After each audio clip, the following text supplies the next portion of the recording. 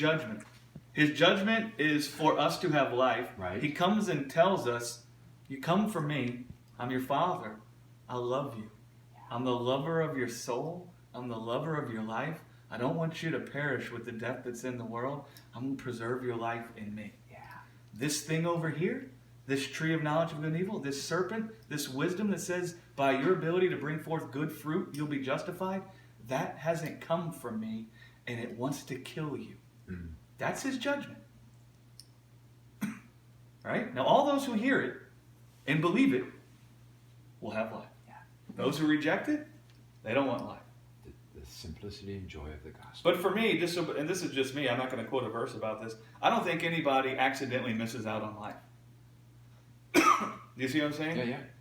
Paul said that no one's going to have an excuse. What that means is no one's going to be like, oh, I didn't know. Yeah. No one told me. Do you see what I'm saying? Yeah. Like, everybody's going to have it real clear cut set out in front of them. Even if it's at the end, we're in the hospital bed and they're incoherent or whatever. In my mind, Jesus comes to everybody, even if it's that last moment, and comes and puts his hand out and says, I don't want you to die.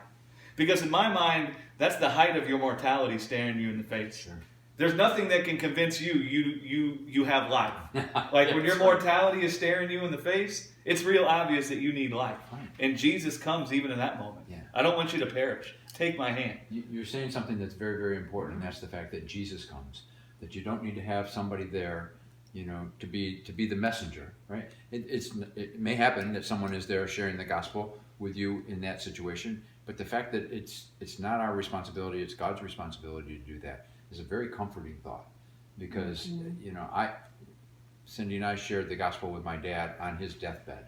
I don't know if we, the job we did was good or bad. I don't know, I think that he was okay in what he believed, but it's really comforting to know that even if we screwed it up, Jesus was right there Yeah. taking good care of that.